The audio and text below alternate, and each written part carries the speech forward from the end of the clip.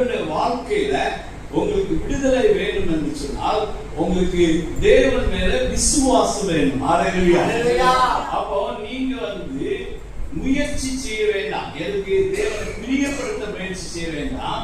ஆண்டவர் இப்போ நம்முடைய எல்லா பாவங்களையும் அவர் தள்ளிவிட்டார். இப்போ பழைய பாட்டுல ஒரு வசனம் இருக்கும், ஆண்டவர் உங்களுக்கு செவி கொடுக்காதது எதனால?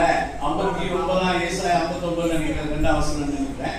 அது அவர் சொல்லுவார், ஏன்னா உங்கள் பாவங்களே உங்கள் அக்கிரமங்களே எனக்கு தடையாக இருக்கிறது. உங்களுக்கும் உங்கள் தேவனுக்கும் நடுவாக பிரிவினை உண்டாக்குகிறது. உங்கள் பாவங்களே அவர் உங்களுக்கு செவிப்படாதபடிக்கு அவருடைய முகத்தை உங்களுக்கு மறைக்கிறது.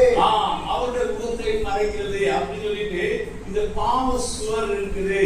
அதனால நான் ஒன்னும் பரிசுத்தவான் அல்ல, நான் நீதிமான் அல்ல, அதனால ஆண்டவரிடத்துல நான் வர தகுதி அல்ல, பாவம் சுவர் இருக்குது அப்படின்னு சொல்லிட்டு நீங்க ஒருத்தரும் பயப்பட வேண்டாம். அந்த பாவ சுவரை நம்ம கெட்டினது உண்மைதான், நம்ம அக்கிரமம் தடையா இருந்தது உண்மைதான்.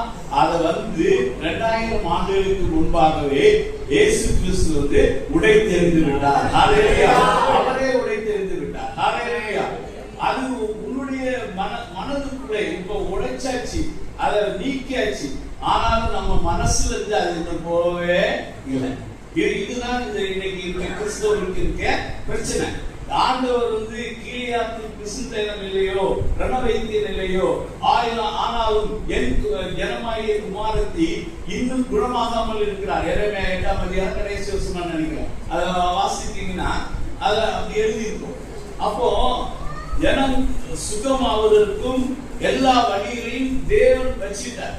ஆனா நாம் சுகமாகாமல் இருக்கிறோம். நம்ம இன்னும் ரணவைத்தியம் இல்லாத போல் இருக்கிறோம். ஏனென்று சொன்னால் நமக்கு அறியாமை தான். வசனம் அதுதானா? இல்லையோ,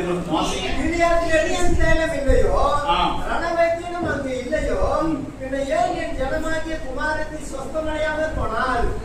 இன்னைக்கு நாம் பார்க்கும்போது சபைகள்ல தான் 80% 90% மக்கள் வியாதியா இருக்காங்க, பலவீனமா இருக்காங்க, சுகவீனமா இருக்காங்க, பிசாசு பிடித்தவங்களா இருக்காங்க. பிசாசு பிடிக்குது, இங்க சபையில உள்ள ஆளுநரையும் பிசாசு பிடிக்குது அப்படின்னு சொல்லிட்டு இங்கதான் விடுதலை கூட்டா அடிக்கடி நடத்த வேண்டியதா இருக்குது. ஏன்னா யாரும் விடுதலை இல்லாம இருக்காங்க.